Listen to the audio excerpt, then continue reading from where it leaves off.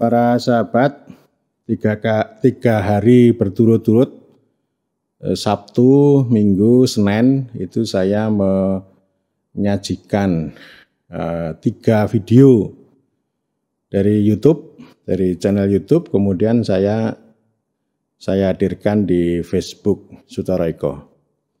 Dimulai dari labelisasi desa, kemudian desa membangun dan membangun desa, dan hari Senin itu saya menyajikan ini ya, daya ungkit ekonomi desa. Ini sebenarnya sudah video 2 bulan yang lalu. Dan khusus untuk yang ketiga itu ini ya, dikomentari ya, oleh seorang sahabat sedulur Muhammad Fuad gitu ya. Jadi Mas Fuad itu begini, bilang bahwa kayaknya Menteri Desa di mata Pak Guru Sutoro Eko gak ada yang benar dalam menerjemahkan Undang-Undang Desa. Dikasih emotikon apa itu, ketawa dan hormat begini.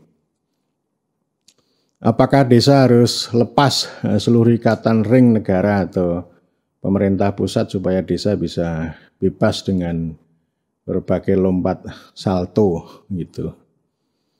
Terus kemudian saya menjawab begini, Mas Fuad ya, sampean itu ikut berkuasa, yakinlah pada keyakinan yang dibenarkan kekuasaan meski dinilai tidak benar oleh orang lain.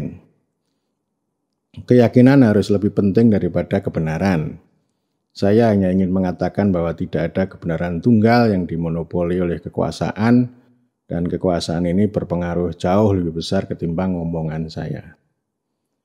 Kemudian Mas Fuad menjawab, kira-kira dengan pendekatan model apa agar UU Desa itu ideal Pak Guru? Mengingat sudah 7 tahun Undang-Undang Desa itu diterjemahkan dengan berbagai model dan program. Bagaimana agar model dan program itu kafah, bisa dinilai benar oleh pihak lain dan bisa diplenokan oleh seluruh alam. Lalu disambung lagi, kebenaran mutlak datang dari Maha Abadi saja masih banyak yang mempersoalkan, apalagi yang datang dari kekuasaan. Tidak ada kebenaran mutlak dari penguasa fana, masih ada yang bolong dan kotak-kotak. Ya. Kemudian saya menjawab, selama 50 tahun terakhir ada beragam model bangun desa yang silih berganti. Model baru selalu merevisi model sebelumnya. Kalibata saja yang sudah berusia 6 tahun sudah ada 3 model berbeda. Kemudian Mas Fuad menjawab dengan ketawa, ya, dengan emotikon ketawa dan cinta. Ya, ini teman TikTok ya, teman dan apa namanya, isih mambu sedulur juga ya, ada pas duluran juga gitu ya. Nah, dari pengalaman video dan TikTok saya dengan Mas Fuad ini kan sebenarnya ada 2 poin penting ya. Yang pertama ini soal keyakinan dan kebenaran. Kemudian yang kedua itu soal model bangun desa. Yang nanti video ini akan saya kasih tema atau judul itu Tunggang Langgang, model bangun desa. Dan ini yang pertama saya ingin mengatakan begini, saya jadi ingat dengan Max Weber. Saya punya utang-utang itu sebenarnya. Saya pernah menjanjikan mau berbicara tentang politik versus ilmu, tapi belum sempat-sempat. Tapi clue-nya saya kasih begini, bahwa politisi ya itu kan bekerja karena vocation, karena panggilan.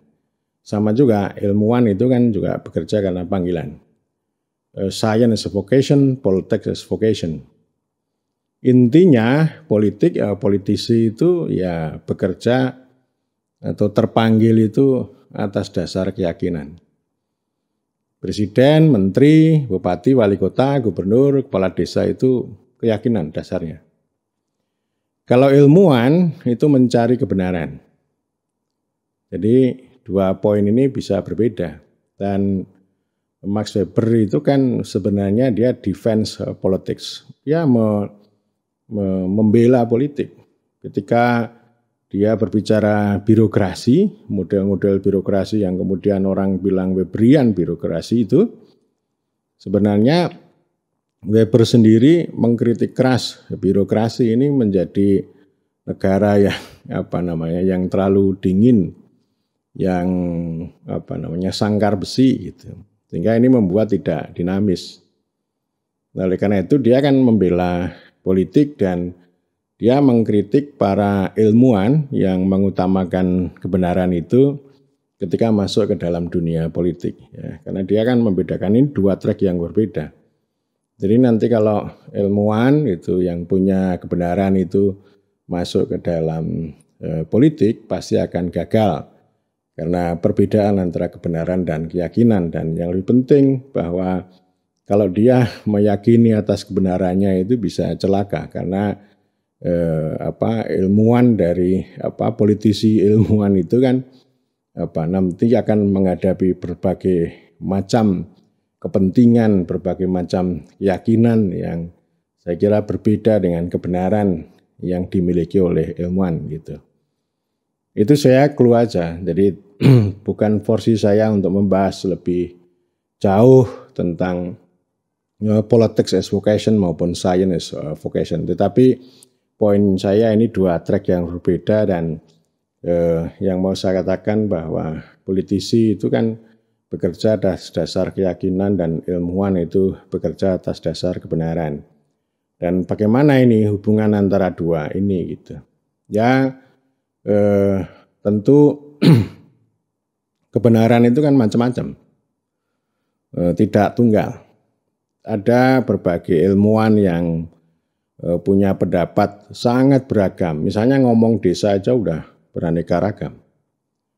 Nah, kalau seorang menteri, seorang politisi, itu dia mengambil satu kebenaran yang kemudian dia yakini, kemudian menjadi kebijakan, lalu menjadi model, ya pasti akan mengalami masalah. Itu pasti akan mengalami masalah. Itu artinya apa? Artinya sang menteri itu ketika membangun keyakinan itu atas dasar kebenaran tunggal yang diambil pada satu ilmuwan. Misalnya begitu. Ini artinya apa? Artinya bukan keyakinan. Tetapi ini kebenaran yang diyakini, ya meskipun kebenarannya itu bisa diperdebatkan dan tidak ada monopoli secara tunggal atas kebenaran, gitu. Nah, tentu politisi itu kan ya bekerjanya harus keyakinan, bukan atas dasar kebenaran, apalagi satu sumber kebenaran saja, itu masalah itu, dan nanti akan gagal. Jadi dasar keyakinan politisi itu apa? Ya. Pertama itu harus didasarkan pada people consent, pada aspirasi rakyat, atau paling tidak pada para pihak yang diatur. Dalam hal ini adalah desa. Ya, jadi ketika membuat kebijakan, membuat omongan kebijakan itu, dasarnya adalah apa yang menjadi denyut kehidupan, yang menjadi buah bibir bagi orang desa. Jangan yang lain.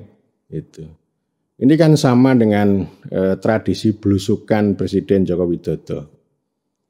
Belusukan itu kan memperoleh kenyataan dan pernyataan. Jadi tidak hanya berbasis bukti yang sering disampaikan oleh para ilmuwan. Bukti itu bisa macam-macam, pendapat ilmuwan juga macam-macam, tetapi pernyataan-pernyataan dari rakyat itu sangat penting. Itu juga data. Itu bisa mungkin belum tentu benar secara keilmuan, tetapi aspirasi rakyat, pendapat para kepala desa, pendapat para petani, itu harus menjadi dasar bagi membangun keyakinan. Jadi dasarnya dari sana. Menteri itu harus punya ya diskursusnya ya seperti presiden itu. Jadi beliau kan nggak mau pakai konsep aneh-aneh gitu. Pakai model aneh-aneh. Ya ngomong daya ungkit ekonomi desa ini diperoleh dari berbagai aspirasi yang berkembang gitu. Sehingga kan nggak perlu ada istilah SDGs, ya tidak perlu pakai model aneh-aneh gitu. Tetapi ya pakai ini aspirasi yang berkembang, pernyataan yang berkembang. Kan tentu ada juga banyak kepala desa itu yang punya hotline ya, punya aspirasi langsung disampaikan kepada presiden atau melalui berbagai jalur. Ya, jadi dasarnya harus sana dulu, harus konstituennya dulu, harus pihak yang akan diatur dan diurus, bukan dari ilmuwan, apalagi hanya satu ilmuwan, gitu ya. Ini penting nih dari sana, ya, dari orang desa dulu, gitu. Ya, sehingga kan kalau mau membuat kebijakan itu ya nanti bisa nendang. Bisa diterima, bisa nendang, bisa memperkuat, bisa menjawab aspirasi yang berkembang gitu. Ya, jadi ya saya meskipun begini kan juga sering dijadikan tempat untuk mengadu para kepala desa.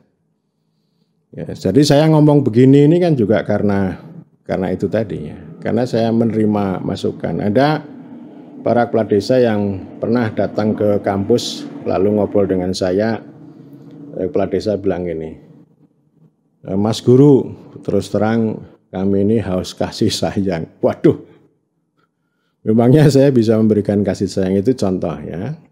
Dan ya itu biasa lah, biasa. Nanti dalam waktu dekat saya juga akan bertemu dengan para kepala desa, itu hal yang biasa. Karena saya di video yang lain, yang kepala desa itu kan mandat saya itu kan ngomong ya, memuliakan kepala desa. Jadi kalau misalnya ada kepala desa yang punya kekuasaan yang lebih itu maksud saya tidak harus diamputasi, tidak harus dicaci maki, tapi bagaimana kekuasaan mereka itu dikanalisasi ya. Kekuasaan menjadi kewenangan, menjadi kekuatan, lalu kewajiban. Itu urutannya seperti itu ya. Nah, ini yang pertama. Jadi ini basis keyakinan itu di situ. Kemudian yang kedua ya kita ini ya hukum, bekerja atas dasar hukum, kan kita pemerintahan hukum. Ya, jadi kalau ini ada perdebatan banyak ilmuwan gitu, ada A ngomong begini, B ngomong begitu, C ngomong begitu, ya yang kita acu adalah undang-undang. Nggak usah pakai yang macam-macam. Ya, intinya kan gitu, yang nanti akan saya bicarakan lebih lanjut. Jadi jangan ngomong model yang aneh-aneh, yang silih berganti. Ya undang-undang itu kan sebenarnya menjawab berbagai model yang diperdebatkan. Mengakhiri model yang sudah ada yang silih berganti. Sehingga ini supaya relatif permanen. Kita membangun pemerintahan itu kan begitu, bukan hanya sekedar proyek. Tapi membangun sesuatu yang lebih lembaga, yang lebih stabil dan berkelanjutan. Jadi nanti siapapun yang berkuasa, yang menjadi menteri itu ya kiblatnya adalah undang-undang. Bukan pada model yang disusun hanya satu orang misalnya. Itu saya kira jadi masalah secara serius. Ya. Jadi itu namanya keyakinan. Jadi yakini aja apa yang ada aspirasi konstituen. Kemudian yang kedua dari undang-undang, atau yang ketiga bisa saja, oh ini presiden udah ngomong begini ya. Presiden kan udah bilang bahwa menteri nggak usah punya visi, visinya visi presiden. Jadi menteri itu menerjemahkan, mengelaborasi, mengeksekusi. Ya udah itu aja yang dijalankan. Itu pekerjaan yang luar biasa. Ya, jadi misalnya daya ungkit ekonomi desa itu kalau mau dielaborasi udah luar biasa dan itu bisa untuk panggung juga bagi menteri gitu. Ya, jadi ada pekerjaan eksekusi yang itu butuh betul-betul ya. Kalau istilah saya itu butuh SPPD yang lengkap. Tidak hanya kayak teh celup ya, tapi ini teh cencem gitu ya, teh ginastol betul ya. Jadi tuntas, nggak apa-apa kalau hanya SPPD 3 kali tapi tidak memperoleh hasil, ya lebih baik 20 kali. Tapi hasilnya itu cetok jelas. Tidak hanya sembarangan. Kan ini prinsipnya efektivitas toh. Ya, jadi kadang-kadang orang berpikir efisiensi tapi tidak efektif gitu. Nah itu poin saya begitu ya, soal kebenaran dan keyakinan ya.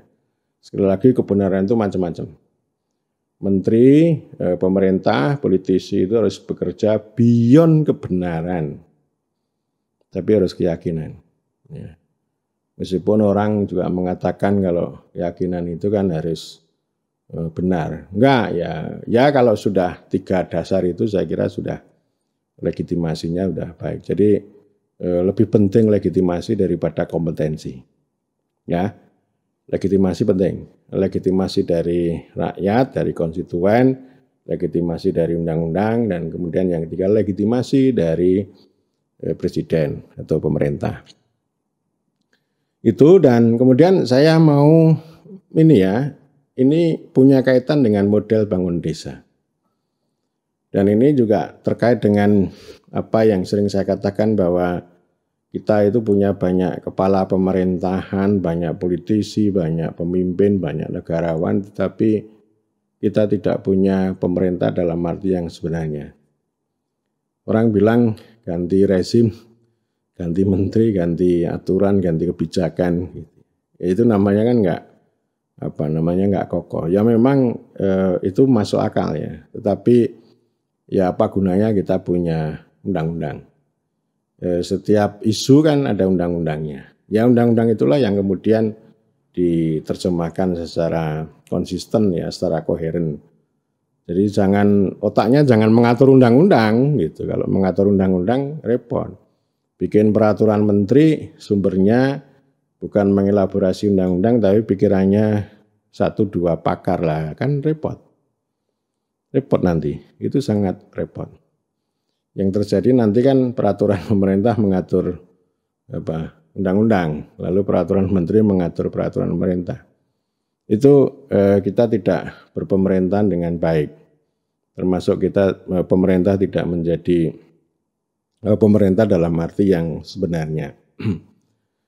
Ya, jadi ini model dan itu dinamika banget ya. Saya tadi mengatakan bahwa selama 50 tahun terakhir itu Indonesia punya banyak model bangun desa yang silih berganti. Dulu tahun 70-an sampai awal tahun 90-an itu cukup lama, 20 tahun itu integrated rural development. Yang sudah saya singgung di video Desa Membangun dan Membangun Desa. Itu cukup lama, itu kolaborasi antara negara-negara barat, pemerintah Indonesia, kemudian yang menjadi host utama, yang menjadi pengikat itu Kementerian Dalam Negeri, ya, dan waktu itu diterjemahkan menjadi pembangunan desa, begitu ya, dan itu khas Indonesia betul, gitu ya, karena tidak mau hanya semata-mata berbicara tentang rural, gitu, tetapi juga bicara area, bicara sektor, bicara institusi lokal masyarakat, dan juga bicara pemerintahan desa. Dan itu kan dulu pendekatan yang ditempuh itu antara lain itu ada ini ya, UDKP, unit kerja UDKP, unit daerah kerja pembangunan ya, itu di kecamatan-kecamatan itu antara lain dibangun kios itu di tempat kami ada itu dulu di kecamatan kami. Yang ini menumbuhkan small town itu kota kecil. Nah kemudian ada ini bantuan desa ya, Inpres Bandes dulu. Itu dari tahun 69 sampai tahun 99 itu dulu dari 100.000 ya, kemudian sampai 10 juta. Ini relatif permanen selama Orde Baru dibuat sama gitu. Tapi ini banyak korupsi ya, banyak yang jadi output, tapi juga banyak yang tidak jadi output. Misalnya jadi kantor desa, balai desa misalnya. Meskipun kalau di Jawa ya kantor desa, balai desa itu kan udah ada lama ya. Jadi ini kan untuk rehab, dan rehab pun kan tidak semata-mata karena bantuan desa itu, tapi juga dari swadaya, entah dari tanah desa maupun dari swadaya masyarakat dalam bentuk barang misalnya. Nah, ini bertahan lama, selama 20 tahun Bank Dunia kan melakukan revisi. Ya barangkali kan pengurusnya berbeda juga, jadi ganti pengurus kan ganti model. Integrated Rural Development itu lalu tahun 90-an awal kan berubah menjadi Community Based Development. Pembangunan berbasis masyarakat. Jadi kalau yang pertama ini government first, pemerintah yang utama, lalu bergeser, atau istilah saya itu kan state driven development ya, pembangunan yang digerakkan negara. Kemudian ini community based development. Jadi masyarakat. Dan itu juga mempengaruhi perubahan nama di Dagri, di Kemendagri. Kalau dulu namanya Direktorat Jenderal Bankdes, lalu berubah menjadi Direktorat Jenderal Pembangunan Masyarakat Desa. Jadi bergeser, ini aspek masyarakatnya yang ditekankan, dan itu juga sangat berpengaruh terhadap munculnya Inpres Desa Tertinggal pada tahun 93. Ya, pada tahun 93 itu Profesor Mubiarto menjadi tokoh penting di sana. Ya, jadi diambil kan, beliau kan banyak bicara kemiskinan karena dulu Presiden Soeharto kan nggak mau kalau ngomong kemiskinan gitu. Jadi ini sebenarnya menangani kemiskinan tapi di eufemisme ya, dihaluskan Inpres Desa Tertinggal. Jadi bukan Inpres untuk penanggulangan kemiskinan, tetapi Inpres Desa Tertinggal. Jadi kata tertinggal itu menghaluskan kata kemiskinan gitu. Nah ini pendekatannya itu kelompok masyarakat, bukan pada pemerintah desa. Jadi uangnya diberikan pada kelompok masyarakat. Jadi dulu Prof. Mubiarto itu kan mengatakan kita saatnya harus memberikan kepercayaan pada masyarakat. Kalau kita percaya, ya mereka akan berdaya, kemudian akan berkembang kan gitu. Lalu dikasih semacam dana bergulir atau apalah gitu ya. Yang itu kemudian nggak ada ceritanya itu, jadi bulan-bulanan betul. Tapi yang menarik itu ya, tahun 95 itu kan ditemukan data. Jadi desa-desa yang punya predikat desa swasembada itu, dengan metodologi IDT itu masuk menjadi desa tertinggal. Padahal kan ini udah, kalau swasembada kan udah udah merdeka lah gitu ya, udah lepas landas gitu ya, kata Pak Harto itu udah lepas landas. Tetapi ternyata tertinggal di landasan, dan karena itu dengan metodologi IDT banyak desa swasembada yang berpredikat desa tertinggal. Nah ini kan model nih. Ini kalau di zaman sebelumnya kan salah satu modelnya ya model desa swasembada itu. Kemudian dipukul sama desa tertinggalin IDT ya, Inpres IDT itu. Nah, ini contoh ini. Jadi ini kan ganti. Kemudian tahun 98 ganti lagi menjadi enggak jauh beda. Tapi konsepnya beda, community driven development.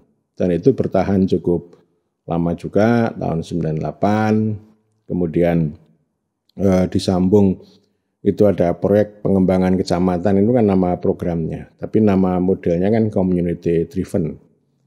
Kemudian disambung dengan PNPM, namanya berbeda, tapi modelnya sama, community driven ya. Ya meskipun itu tidak tunggal, karena kan saya sudah bicara sebelumnya bahwa ini kan dikontestasikan. Ya, misalnya ada community driven, tapi juga rural development juga ada, meskipun gaungnya tidak begitu kuat gitu. Dan di Dagri kan ada dua aliran, ada aliran pemberdayaan yang kenceng mengawal PNPM, tapi juga ada kubu pemerintahan yang lalu mengawal alokasi dana desa misalnya. Ya, saya kan masuk dalam ini ya, jalur alokasi dana desa ini ya. Saya punya sumbangan di situ, baik melakukan penelitian, menghasilkan surat edaran, peraturan pemerintah nomor 72 ya tahun 2005, yang di sana itu sudah mulai menelurkan tentang alokasi dana desa, meskipun itu sisanya sisa dari DAU yang diterima oleh kabupaten kota gitu ya. Nah, itu saya kira kontestasi dan lahir undang-undang desa itu kan maksudnya ya model-model semua itu diakhiri. Tapi fokus ya ini entitas desa. Bukan pakai kelompok masyarakat itu tapi desa. Ya desa jadi subjek dan saya tidak perlu bicara panjang lagi apa isi ya itulah model besar sebenarnya. Jadi ya hukum itu kan keputusan politik itu kan artinya dirangkum dari berbagai aspirasi, pendapat dan itulah jadi keputusan hukum. Kalau jadi keputusan hukum ya udahlah itu dijalankan oleh pemerintah secara konsisten, secara koheren gitu. Sehingga nggak perlu lagi ada PNPM, ada program. Jadi ini kan terlembaga ini, sistemik gitu ya. Di sana ada distribusi, ada pelayanan, ada edukasi, ada pendampingan yang relatif terlembaga dan lebih stabil. Jadi itu yang yang diacu gitu ya. Dan kemudian sayangnya pelaksanaan undang-undang desa ini kan terbelah ya. Terbelah antara Kemendagri, Kemendesa. Dulu kami mengusulkan Kemendesa itu dengan catatan harus utuh ya, jangan dibelah-belah. Paling tidak kan ini ada 4 komponen yang itu menjadi inti desa. Ada pemerintahan, pembangunan, kemasyarakatan, pemberdayaan itu harus utuh. Tapi dibelah. Pemerintahnya ada di Dagri, kemudian pembangunan, pemberdayaannya jadi Kementerian Desa. Jadi susah. Menteri Marwan Jafar selama 2 tahun ya, itu kan berjuang untuk itu tapi sulit sekali itu. Sehingga ini kubu-kubuan lagi gitu. Ya dan ya sekarang aja mulai dibangun tapi kan itu tidak cukup kokoh ya bagaimana kerjasama ya tapi konsolidasi tidak ada. Dan itu yang kemudian melemahkan lalu di sana pemerintahan, di sini pembangunan gitu. Pembangunan pun ada yang aliran pemberdayaan, ada aliran pertumbuhan, udah macam-macam. Menteri pertama itu nggak punya model sedang pencarian, tapi punya spirit desa membangun Indonesia gitu ya. Tapi nggak punya model ya, dan memang nggak harus punya model. Kemudian menteri kedua bicara tentang 4 prioritas, Prokades, terus menteri yang ketiga bicara SDGs gitu ya, yang itu sebenarnya disiapkan oleh sosiolog yang tidak sosiologi. Jadi 6 tahun aja udah ada 3 ya. Nah ini kan artinya apakah itu yang disebut dengan menerjemahkan undang-undang? Ya kalau menurut mereka mungkin iya, tapi kalau menurut saya kan enggak. Ya undang-undang kan ya begitu harus dilihat secara lebih utuh, tidak perlu berpikir potong-potong dengan berbagai konsep, berbagai model, berbagai label atau stiker ya, yang kata Wahyu Susilo stiker ya. Stiker yang itu berada di luar undang-undang gitu. Itu baru sebutan, belum nanti maknanya berkatanya yang sudah saya bahas pada video ya, pada video labelisasi desa. Nah, maksud saya yang mau saya katakan ini tunggang langgang. Silih berganti, tunggang langgang, ganti pengurus, ganti model.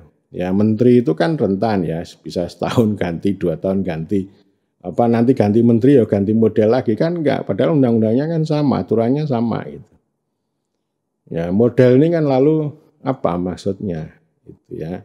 Itu namanya tunggang langgang. Pengurusnya tunggang langgang, nanti yang lebih tunggang langgang lagi kan yang diatur dan diurus. Desa ini kan bingung ini, gonta-ganti, aturannya ganti, omongannya ganti gitu ya. RPJM desa udah dibuat tapi nanti ada titipan lagi, ada stunting, ada literasi, ada apalagi ya, ada embung, ada BLT, ada begini-begini. Itu tunggang langgang juga. Sehingga ini model yang beraneka ragam itu menurut saya tidak punya legitimasi yang kuat di mata para pemimpin desa. Meskipun mereka itu menjalankan, tetapi kan itu bukan dengan hormat, tapi dengan siasat. Ya, kemudian yang saya bahas sebelumnya ya lebih banyak itu membuat kepala desa itu menjadi mandor proyek. Jadi itu tunggang langgang dan kita tidak perlu untuk terutama yang ini ya, yang desa membangun. Ya sudahlah kita mengikuti apa yang sudah ada, misalnya bagaimana penguatan kewenangan gitu ya. Kan di Kementerian Desa juga ada seksi yang melakukan itu dan itu terus-menerus dilakukan meskipun menghadapi banyak tantangan. Tetapi itu harus dilakukan, harus ditegakkan dulu ya hak kewenangan ya hak kewenangan kewajiban desa itu yang harus ditata dulu di sana. Ya. Saya memang memahami ya bahwa undang-undang itu pasti ditafsirkan kanan kiri, nyetan ngulon, ngalor ngidul oleh berbagai pihak yang beda-beda. Nanti satu orang ngomong A, orang kedua ngomong B, lain-lain sehingga ini kadang-kadang membingungkan juga gitu. Dan karena itu kan yang terpenting kita memahami undang-undang itu kan keyword, kata kunci. Kata kunci lalu kata kunci itu kan kekuasaan kata kunci itu ya. Keyword itu kan power. Dan kata kunci itu juga punya spirit. Seperti tadi misalnya ya kata kunci ada hak, kewenangan, kewajiban, tanggung jawab. Kan gitu. Jadi itu untuk kanalisasi antara lain untuk kanalisasi kekuasaan kepala desa. Jadi haknya itu penting ya. Jadi bukan berarti kemudian desa itu akan menjadi autarkis ya, tidak mau diatur, bukan begitu maksudnya. Tetapi kita sudah punya kerangka pemerintahan yang jelas. Haknya diberikan, kewenangannya diberikan, lalu kewenangan itu akan memberikan kekuatan dan kewajiban ya, kewajiban untuk terutama untuk rakyat. Bukan kewajiban yang kalau laporan itu kan tambahan ya. Tapi yang terpenting adalah kewajiban untuk rakyat. Itu sudah jelas itu. Jadi kalau kepala desa itu punya kekuasaan, punya kewenangan yang besar, maka mereka akan mencari pengetahuan bagaimana untuk menjalankan kekuasaan dan kewenangan itu. Dan itu akan menjadi modalitas, menjadi kekuatan untuk mewujudkan kewajiban. Ya, atas kewajiban itu kan punya implikasi terhadap tanggung jawab, entah itu responsibilitas atau akuntabilitas. Jadi responsibilitas itu ya muncul dari diri pemimpin, pemerintah desa, kemudian akuntabilitas itu kan soal relasi. Sehingga ini kalau institusi-institusi itu dijalankan misalnya seperti musyawarah, BPD dan sebagainya, itulah yang kemudian kita dorong. Ya, artinya kalau sudah ada undang-undang semacam itu, maka tidak perlu ada model-model lain gitu, yang nanti silih berganti. Model itu kan ciptaan teknokrat nih. Jadi bukan bukan pemerintah. Ya. Jadi ini kan yang disebut dengan governmentality, gitu ya.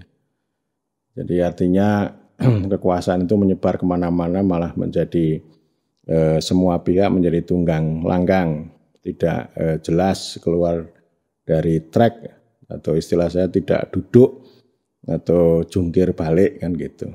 Ya nanti kalau ini ada model ketiga, besok ganti menteri ada model lagi, ya nanti bingung lagi kan gitu. Karena itu kan ya udah kembali kepada tadi ya, kepada undang-undang aja. Pada keywordnya apa? Oh keyword subjek, ya udah keyword subjek itu diterapkan.